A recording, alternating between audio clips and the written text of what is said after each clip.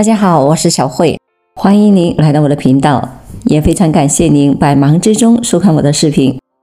人生到了晚年，有些老年朋友肯定会有这种感触，独居的日子不好过，冷清的家里只剩下自己孤零零的一个人，整日的独守空房，尤其是寂寞的夜晚，更是孤枕难眠。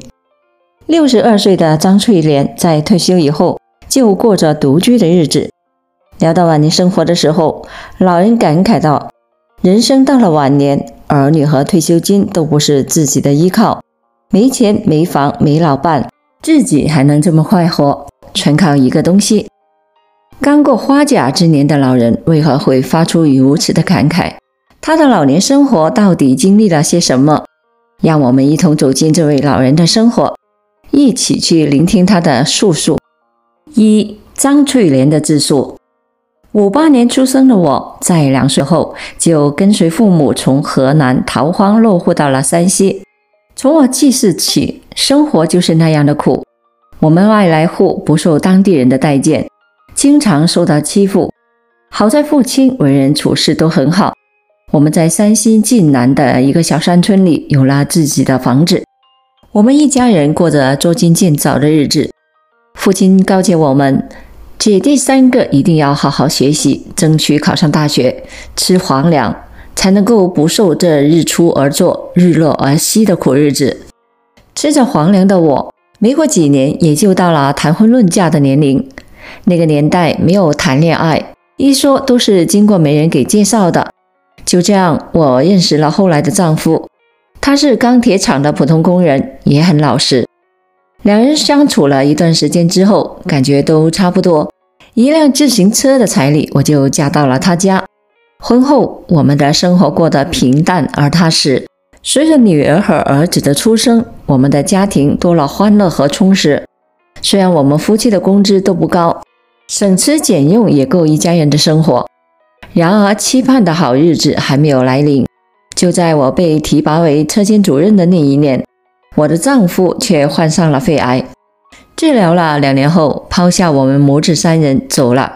看着2个还未成年的孩子，我忍着心中的悲痛，一边工作一边照顾孩子。我就是再难也要把我的一双儿女抚养成人，这也是丈夫临终前唯一未了的心愿。丈夫去世3年后，家人和同事看着我一个女人抚养2个孩子不容易，一个人生活的孤苦，就劝我再找个人嫁出去。我也有了这样的想法。就在和我相亲的对象见面的时候，他的一句话彻底的刺痛了我。他说，就你这样带着一双儿女还跟我提条件，没有人会给别人养孩子的。从此我就彻底的断了再婚的念头。女儿在高中毕业以后就再也不想去念书了。女儿说不愿意看着我再艰难的养活他们姐弟俩，非要出去打工。儿子后来考上我们当地的一所大学，一晃孩子们都大了。女儿嫁到了我们老家周边的村里，儿子也到了谈婚论嫁的年龄。我只有把我那套89平的住房腾出来给儿子结婚用，我家的条件也根本按揭不起房子。我拿出多年积攒下来的积蓄给儿子成了家。我退休以后就回到村里的房子居住，这是公公去世时给我们留下的。儿子和儿媳的收入也不高，都是普通的打工者，还要养活一个孩子。我就每个月从3800元的退休工资里拿出2000元来补贴给儿子。虽然当时儿子一直不愿让我一个人住在农村，可是家里就2室1厅的房子，再者婆婆和儿媳在一起总是会矛盾不断的，2代人的生活习惯也不同，我就没有答应儿子。我一个人回到村里居住，女儿也经常过来看我，她一直想要我住她家，也好有个照应。毕竟在村里除了几个亲戚，也就没有熟人。女儿家里有2个孩子，还有公公婆婆，就住在一个院子里。我去了也只能添乱，还是不去的好。我的身体除了血压有点高和腿有些不舒服以外，还算是能够料理自己的。自己留下的1800块钱在村里也是足够我生活了。唯一不好的一点就是冬天不好过。这一到冬天，我的腿就受不了，又痛又痒的。到医院看过之后，医生说我这是静脉曲张，必须做手术。除此之外，没有好的办法。听了医生给我说的手术之后，想想还是算了。女儿也出去打工了，儿子能顾了他家就不错了。这样是让给我花钱再伺候我，这恐怕孩子们做不到，还是自己吃点药忍着。脚痛的最厉害的时候，我连床都下不了，我也只是能忍着熬着。尤其是在这个时候，我每天连口热乎的饭菜都吃不上，心里的那种滋味真的说不上来。电话就在手边，好几次拿起手机又放下，我实在忍不住了，就给儿子打过去。电话打了好几次，就是一直没人接听，索性也就不打了。给女儿打过去电话，听到女儿像是刚睡醒疲惫的声音，话到嘴边又咽了下去，只能和女儿寒暄几句，就匆匆地挂了电话。我一个人躺在床上想，就是把两个儿女叫到跟前又能怎么样呢？来了看上你一眼，还是忙自己的去了，不高兴了还会给上几句照应的受着。就像我儿子一样，后来给我回来过电话，就没等我开口说话，儿子就说道：妈，你有事吗？没事，不要一直给我打电话，我在这边忙着。你就是再忙，连妈的一个电话都不能接吗？谁也不管用，还是自己一个人忍着受着，谁让自己得病？别人都觉得我们有退休金，儿女们都在上着班，生活无忧还不知足。现实并不是这个样子，只有经历过了才知道其中的苦。有的时候还真的没有村里老百姓活得开心自在，自己也想过搭个伴过日子，最起码能有个相互依赖。可是我现在这样的情况，有哪个老头愿意成天伺候一个病婆子的？